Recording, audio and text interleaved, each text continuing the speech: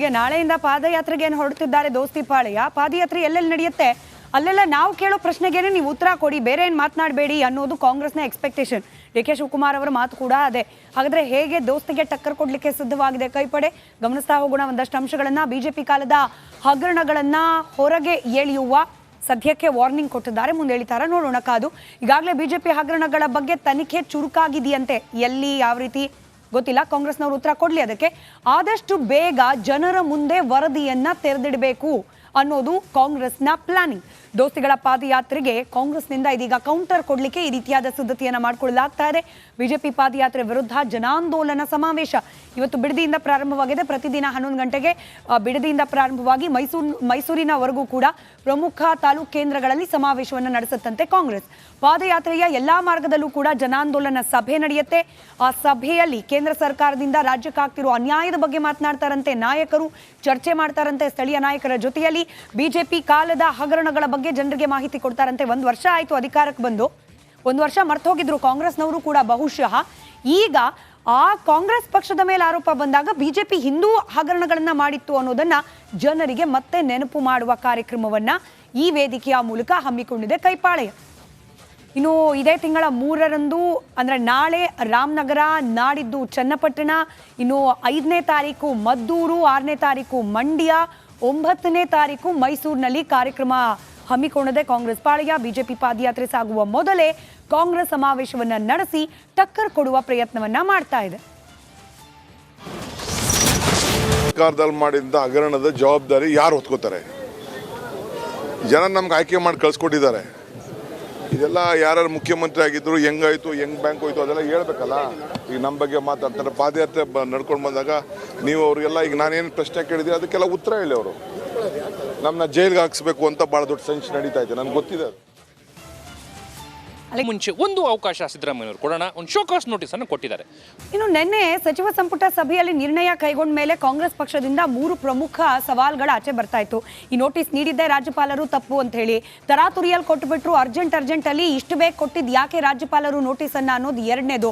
3ನೇದು, ನಿನ್ನೆ ಸಚಿವ ಸಂಪುಟದಲ್ಲಿ ನಿರ್ಧಾರ ಕೈಗೊಂಡಿದ್ದು ಸರಿಯಾ ತಪ್ಪ ಅನ್ನೋ ಚರ್ಚೆ ಕೂಡ ನಡೀತಾ ಇದೆ. ಈ 3 ಪ್ರಶ್ನೆಗಳಿಗೂ ಕೂಡ ಕಾನ್ಸ್ಟಿಟ್ಯೂಷನಲ್ ಎಕ್ಸ್ಪರ್ಟ್, ಸಂವಿಧಾನ ತಜ್ಞರು ಹಾಗೆ ಹಿರಿಯ ವಕೀಲರು ಆದ ಬಿ.ವಿ. ಆಚಾರ್ಯ ಅವರು ರಿಪಬ್ಲಿಕ್ ಕನ್ನಡದ ಮೂಲಕ ಮಾತನಾಡಿದ್ದಾರೆ, ಉತ್ತರ ಕೊಟ್ಟಿದ್ದಾರೆ. ನಿನ್ನೆಯಿಂದ ಆಗ್ತಾ ಇರುವ ಬೆಳವಣಿಗೆಗಳು, ಅದರಿಂದ ಎದುರಿರುವ ಕೆಲವು ಪ್ರಶ್ನೆಗಳು, ಅದಕ್ಕೆ ಉತ್ತರ ಕೊಟ್ಟಿದ್ದಾರೆ ಬಿ.ವಿ. ಆಚಾರ್ಯ ಅವರು. ಕೇಳಿಸ್ಕೊಳ್ಳಿ. ಇದ್ರ ಬಗ್ಗೆ ಖುದ್ದು ಮಾತಾಡಲಿಕ್ಕೆ ಹಿರಿಯರು ಕಾನೂನು ತಜ್ಞರಾದಂಥ ಬಿ.ವಿ. ಆಚಾರ್ಯ ಸರ್ ಅವರು ನಮ್ಮ ಜೊತೆ ಇದ್ದಾರೆ, ರಿಪಬ್ಲಿಕ್ ಕನ್ನಡ ಜೊತೆ ಇದ್ದಾರೆ.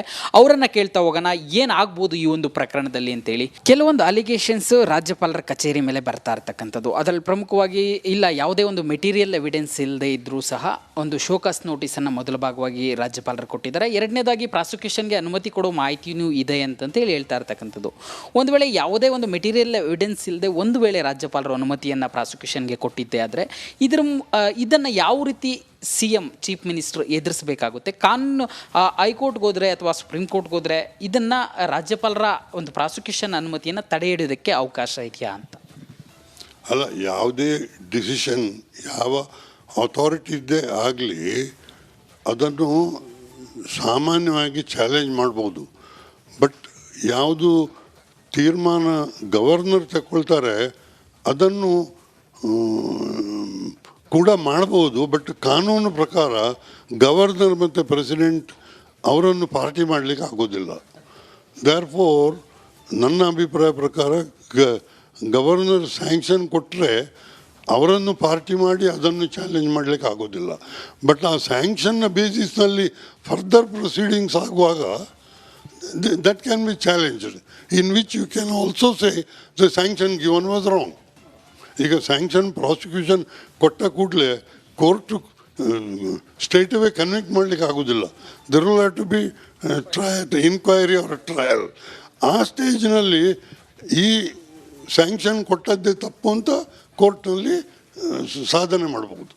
ಚೀಫ್ ಮಿನಿಸ್ಟರ್ಗೆ ಅದು ರೈಟ್ ಉಂಟು. ಅಂದರೆ ನೇರವಾಗಿ ಇವರನ್ನು ಪಾರ್ಟಿ ಮಾಡಿದೆ ರಾಜ್ಯಪಾಲರನ್ನು, ಅದರಿಂದ ಆಗುವಂಥ ಕಂಪ್ಲೇಂಟ್ ಇರ್ಬೋದು ಅಥವಾ ಟ್ರಯಲ್ ಇರ್ಬೋದು, ಇವುಗಳನ್ನ ಚಾಲೆಂಜ್ ಮಾಡುವಾಗ ಗವರ್ನರ್ ಸ್ಯಾಂಕ್ಷನ್ ಕೊಟ್ಟದ್ದು ತಪ್ಪು, because there was no material before him to grant sanction ಅಂತ ಹೇಳ್ಬೋದು.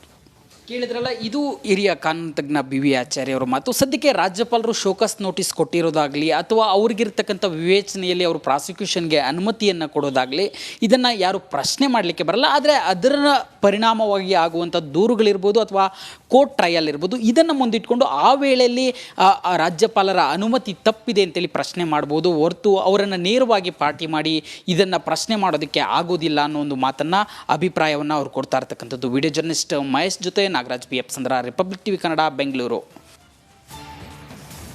ಹಾಗಾಗಿ ಮೂಡಾ ಕೇಸ್ನಲ್ಲಿ ಇದೀಗ ಓಪನ್ ಚಾಲೆಂಜ್ ಹಾಕಿದ್ದಾರೆ DCM DK ಶಿವಕುಮಾರ್ ಅವರಿಗೆ.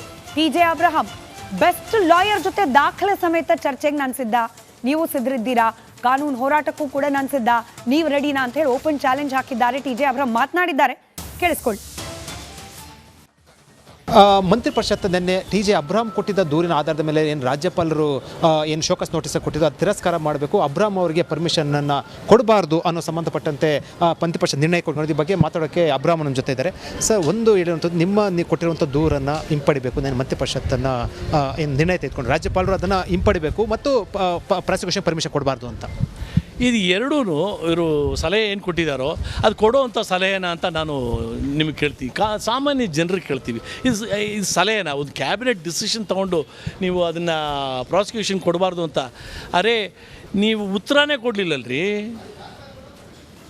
ಉತ್ತರನೇ ಕೊಡಲಿಲ್ಲ. ನಿಮ್ಮ ಮೇಲೆ ಪ್ರಾಸಿಕ್ಯೂಷನ್ ಕೊಡ್ಬೋದೋ ಇಲ್ಲೋ ಅನ್ನೋದಕ್ಕೆ ನಾನು ಸಮಜಾಯಿಸಿ ಕೇಳಿದ್ರೆ ಅದಕ್ಕೆ ಉತ್ತರ ಕೊಡ್ದಿರಾ ಕೊಡಬೇಡಿ ಅಂತ ಹೇಳಿದ್ರೆ ವಾಟ್ ಇಸ್ ಯುವರ್ ಡಿಫೆನ್ಸ್? ಕಾನೂನಲ್ಲಿ ಕೇಳ್ತದೆ governor should give you an opportunity, ಅದು ಕೊಟ್ಟಿದ್ದಾರೆ. ಈಗ ಎರಡನೇ ಪ್ರಶ್ನೆಯಲ್ಲಿ ಬರೋದು ಆವತ್ತೇ ಕೊಟ್ಬಿಟ್ರಲ್ಲ ಅಂತ. ಆವತ್ತೇ ಕೊಡೋಕ್ಕೇನು ತಪ್ಪು? ನಾನು 3 ದಿನಕ್ಕೆ ಹಿಂದೆ ನಾನು ಅಪಾಯಿಂಟ್ಮೆಂಟ್ ಕೇಳಿದ್ದೆ, ನಾನು ಮೇಲ್ ಬೇಕಾದ್ರೆ ನಾನು ಕಳಿಸ್ತೀನಿ, ಅದನ್ನು ಎಲ್ರಿಗೂ ಕಳಿಸ್ತೀನಿ, ಗ್ರೂಪಲ್ಲಿ ಹಾಕ್ತೀನಿ, ಕಳಿಸ್ದೆ. ಅದನ್ನು 3 ದಿನ 4 ದಿನ ನೋಡಿಕೊಂಡು ಅವ್ರು ಕೊಟ್ಟರು. ಆ ಕೊಟ್ಟ ಮೇಲೆ ನನಗೆ ಅವ್ರಿಗೆ ಗೊತ್ತು ನಾನು ಮುಖ್ಯಮಂತ್ರಿಗಳ ಮೇಲೆ ಪ್ರಾಸಿಕ್ಯೂಷನ್ ಸ್ಯಾಂಕ್ಷನ್ಗೆ ಬರ್ತಾಯಿದ್ದೀನಿ ಅಂತ. ಅವರು ನೋಡಿದ ಮೇಲೆ ಸುಮ್ಮನೆ ನೋಡ್ಬಿಟ್ಟು ಆಯ್ತು ಹೋಗ್ರಿ ಅಂತ ಹೇಳ್ತಾರಾ? ಕೇಳ್ತಾರೆ, ಕೇಳಿ ಆಲಿಸಿ 1.5 ಗಂಟೆ ಆಲಿಸಿ ಅರ್ಥ ಮಾಡ್ಕೊಂಡ ಮೇಲೆ ಇನ್ನೇನು ಅದಕ್ಕೆ ಮೇಲಿದೆ. ನಾನು DK ಶಿವಕುಮಾರ್ ಅವ್ರಿಗೆ ಓಪನ್ ಚಾಲೆಂಜ್ ಕೊಡ್ತೀನಿ ರೀ. Let him come and sit on the any channel of his choice. Let him bring an advocate whoever he wants to bring, the biggest, tallest name in this country. Let them come and sit for a debate. Let us see. Half an hour ಕುಂತ್ಕೊಳ್ಳೋಕೆ ಹೇಳ್ರಿ ಸಾಕು. ಬಂದರೆ ನಮ್ಮ ಸ್ಟುಡಿಯೋಗೆ ಬಂದು ನೀವು ಬರ್ತೀರಿ, ನೀವು DK Shivakumar ask him to come. I am ready. Open ಡಿಬೇಟಿಗೆ Half an hour. And I want him to bring up the best advocate in this country. And I'm saying, ನನ್ನ ಮೇಲೆ ಆರೋಪ ಇದೆ, ನಾನು ಕಳ್ಳ ಸುಳ್ಳ ಥರ್ಡ್ ರೇಟ್ ಫೆಲೋ ಅಂತ ಇದೆ ರೀ.